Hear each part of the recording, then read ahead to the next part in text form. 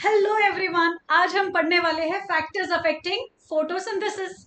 है ना। It's an important topic because इसमें से जनरली एमसीक्यूज आता है।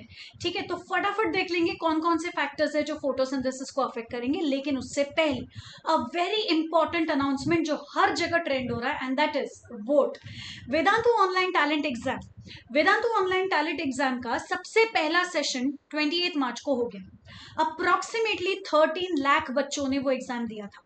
If you are not one of them, please kindly register yourself. Do not miss the chance to have in-depth performance analysis, guaranteed scholarship, daily challenges जीतने का मौका and Vedantu CEO बनने का मौका या फिर नासा के लिए ट्रिप। और इनमें से कुछ भी अगर आपको जीतना है तो आपको क्या करना है, वेदांतु ऐप डाउनलोड कर लो और रजिस्टर कर लो।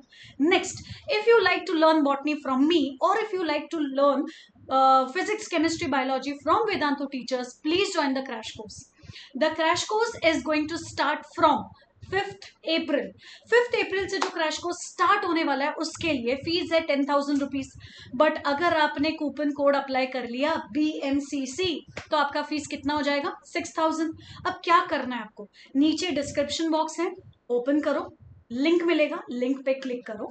जैसे आप लिंक पे क्लिक करोगे एक पेज ओपन हो जाएगा और उसी पेज पे आपको फीस बोला जाएगा 10,000 रुपीज। बट अगर आपने वहां पे कूपन कोड में BMCC अप्लाई कर लिया तो आपका फीस होगा 6,000 rupees.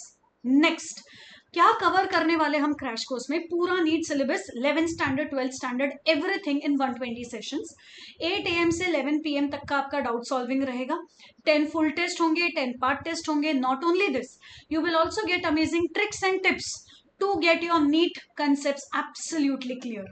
And you will have a chance to interact with me or other master teachers on Vedantu app. Next, याद रखो क्रैश कोर्स शुरू हो रहा है from 5th April. Do not miss the session, please enroll today itself before the seats are full and before we lock the admission. Okay, so अब जाते हैं Vedantu NEET made easy पे। अगर आप इस चैनल पे नए हो तो please subscribe the channel, like, hit the bell icon and turn the notification to all, ताकि आपको सारे अपडेट्स अप टू डेट मिलते रहे। आज सुबह के जब हमने, सुबह नहीं दोपहर का जो हमने सेशन लिया था 2:30 PM वाला, तब हमने देखा था मॉलिक्यूलर बेसिस ऑफ इनहेरिटेंस में replication of DNA and DNA के जेनेटिक मटेरियल होने की discoveries.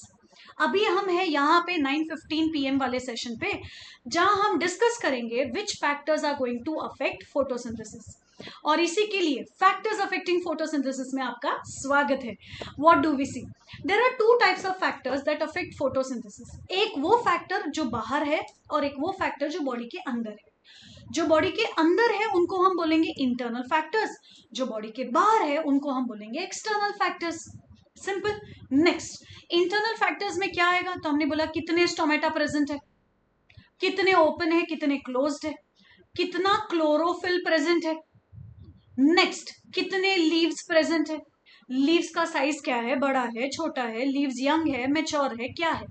So these are all factors जो प्लांट रिलेटेड है, प्लांट के जेनेटिक मटेरियल रिलेटेड था। इनको हम या तुम इतनी आसानी से चेंज नहीं कर पाएंगे, एक्सेप्शन बायोटेक्नोलॉजी। बायोटेक की मदद से हम चेंज कर सकते हैं, मॉडिफाई कर सकते हैं, no doubt in that. But अगर हमको एक इजी मेथड चाहिए था जहां हम फोटोसिंथेसिस का रेट इंक्रीज करना चाहते हैं, so then external factor will play a role. जब भी किसी भी केमिकल रिएक्शन में एक से ज्यादा फैक्टर अगर उसके रेट को अफेक्ट करता है तो हमारे पास आएगा law of limiting factors given by F Blackman. F Blackman ने हमको लॉ ऑफ लिमिटिंग फैक्टर्स बताया और वो ये बोलता है कि अगर कोई केमिकल प्रोसेस है जहां पे more than one factor is going to affect the rate of photosynthesis, मतलब जैसे 4 फैक्टर्स है, temperature, light, water and CO2, 4 factors है जो रेट ऑफ फोटोसिंथेसिस को अफेक्ट कर रहे हैं। अंडर सच सिनेरियो आपको क्या चाहिए, आपको एक ऐसा फैक्टर रहेगा जो अपनी मिनिमम वैल्यू के पास है।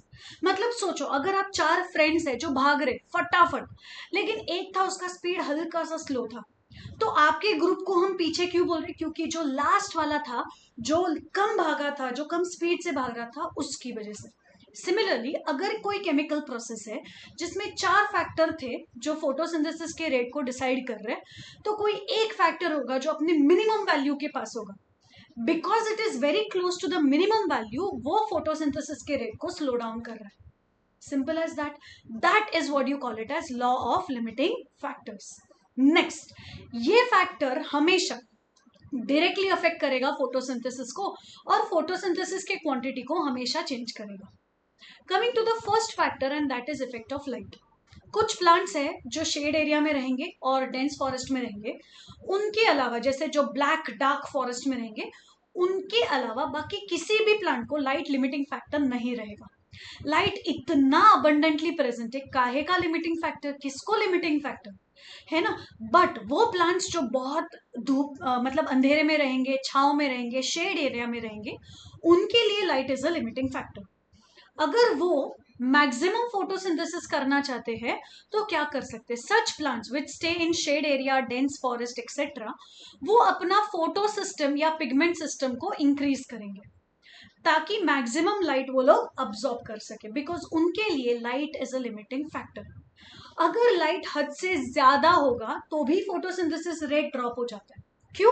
तो हमने बोला बिकॉज एक पॉइंट से ज्यादा अगर आपने लाइट दे दिया प्लांट को तो उसके अंदर क्लोरोफिल मर जाएगा, क्योंकि क्लोरोफिल का ब्रेकडाउन या फोटो ऑक्सीडेशन हो गया, फोटोसिंथेसिस नहीं होगा. सो यू विल सी सर करके decrease in photosynthesis. And for that we have a graph given in NCERT textbook. ये देखो, यहाँ पे पहले लाइट इंटेंसिटी 0 था तो रेट ऑफ फोटोसिंथेसिस 0 था. जैसे जैसे जैसे लाइट इंटेंसिटी बढ़ते गया, रेट ऑफ फोटोसिंथेसिस बढ़ते गया. And that is the reason हमारा graph increase increase increase increase increase हो रहा है. इसका मतलब ए इज द पॉइंट जहां पे light is the limiting factor. क्योंकि लाइट लिमिटिंग फैक्टर था, जितना आप लाइट इंक्रीज कर रहे हो रेट ऑफ फोटोसिंथेसिस उतना बढ़ते जा रहा है. That is in case of A. फिर बी वो था जहां पे लाइट ऑलमोस्ट अपने मैक्सिमम वैल्यू के आसपास आ चुका था. फिर हमको मिला डी. डी होता है सैचुरेशन पॉइंट. क्यों बोला सैचुरेशन पॉइंट? क्योंकि इससे ज्यादा अगर आपने लाइट दिया तो फोटोसिंथेसिस रेट इंक्रीज नहीं होगा, और अगर ज्यादा टाइम तक आपने ज्यादा लाइट दिया तो क्या होगा, तो हमने बोला तो सर करके photosynthesis rate decrease, because chlorophyll मर जाएगा. Simple as that. So D is the saturation point which is generally 10% of the total sunlight. Okay, 10% of the total sunlight जो भी आएगा अर्थ सरफेस पे, वो हमारा होता है सैचुरेशन पॉइंट. इतना मैक्सिमम सनलाइट चाहिए, इससे ज्यादा सनलाइट नहीं चाहिए. नेक्स्ट सी. अब ये जो सी था ये क्या था, तो हमने बोला आजा बेटा C. C is the point जहां पे लाइट भरपूर है, light is not the limiting factor. Light के अलावा कोई और फैक्टर होगा जो लिमिटिंग होगा, maybe CO2, maybe temperature, या maybe water, but not light. तो light is not the limiting factor when you talk about point C. Now coming next, light का क्वालिटी भी affect करेगा और light का quantity भी affect करेगा. Quantity हमने डिस्कस किया. क्वालिटी में क्या याद रखोगे, अगर रेड लाइट है तो फोटोसिंथेसिस ज्यादा होगा, ब्लू लाइट है फोटोसिंथेसिस ज्यादा होगा, ग्रीन लाइट है डाउन, फोटोसिंथेसिस नहीं होता है क्योंकि green light is reflected light. Next, effect of temperature. Effect of temperature में हमको ये पता है कि जितने भी डार्क रिएक्शंस होते हैं, जैसे कि केल्विन साइकिल है या C4 साइकिल है या CAM पाथवे है, in all the possible steps enzymes जो होते हैं ना, वो हमेशा टेम्परेचर रेगुलेटेड होते हैं. मतलब एंजाइम्स आर थर्मोलबाइल. जितने भी हमारे पास एंजाइम्स होते हैं, they are all temperature sensitive. You call them as thermolabile. मतलब हाई टेम्परेचर पे ये काम करना छोड़ देते हैं. सिंपल. C4 प्लांट्स जो होते हैं ना, उनके एंजाइम्स फिर भी काफी स्टेबल होते हैं. C3 प्लांट्स के एंजाइम्स ज्यादा स्टेबल नहीं होते. इसलिए C3 प्लांट्स के लिए टेम्परेचर लो होना चाहिए फॉर ऑप्टिमम वर्किंग. मतलब अगर आपके पास एक C3 प्लांट है तो temperature should be somewhere between 15 to 25 degree Celsius बस. तो C3 प्लांट अच्छे से फोटोसिंथेसिस कर लेगा. बट अगर आपका प्लांट C4 प्लांट है, अंडर सच सिनेरियो उसको 35 से 40 डिग्री का टेम्परेचर दिया ना तो भी वो मस्त एकदम फोटोसिंथेसिस रैप्चिक फोटोसिंथेसिस करेगा, बिकॉज उसके एंजाइम का higher temperature is the optimum temperature. Simple as that. अगर आपके पास crassulacean acid metabolism desert plant है, 50-55 degree is the optimum temperature. So अलग अलग प्लांट के लिए अलग अलग ऑप्टिमम टेम्परेचर होता है, because they are adapted to different climatic condition. जैसे C3 प्लांट टेम्परेट को अडेप्टेड था, C4 plant dry tropical area को अडेप्टेड था और कैम डेजर्ट को अडेप्टेड था. Next, the third factor, effect of carbon dioxide, CO2 effect. तो हमने बोला CO2 जो होता है ना वो हमारे एटमॉस्फेयर में मिलता है. Okay, I repeat, atmospheric CO2 कितना होता है? तो एटमॉस्फेरिक CO2 होता है 0.03 से 0.04 के बीच में. ओके, हमको प्लांट के लिए मैक्सिमम CO2 कितना चाहिए? तो हमने बोला अप्रोक्सीमेटली 0.05%. इसका मतलब अभी भी जितना CO2 प्रेजेंट है it is very less than the required CO2. इसलिए CO2 हमेशा लिमिटिंग फैक्टर होता है. CO2 is always the limiting factor. Photosynthesis में अगर आपको किसी पे इल्जाम डालना है कि भाई ये लिमिटिंग फैक्टर है, आंख बंद करके CO2 पे डालोगे. Next, there are some plants जो सैचुरेशन दिखाता है, जैसे C4 प्लांट. C4 प्लांट के पास एक एंजाइम होगा that is known as PEPcase, phosphoenolpyruvic पायरुविक कार्बोक्सिलेज. और पेपकेस एंजाइम की वजह से वो थोड़ा CO2 होगा ना तो भी फोटोसिंथेसिस कर लेता है. तो वो सैचुरेशन कब दिखाएगा? 360 माइक्रोलीटर ऑफ CO2 पर लीटर ऑफ एयर पे. सिंपल. तो 1 लीटर एयर में अगर 360 माइक्रोलीटर कार्बन डाइऑक्साइड है तो C4 एकदम फटाफट फोटोसिंथेसिस कर लेगा, मैक्सिमम फोटोसिंथेसिस.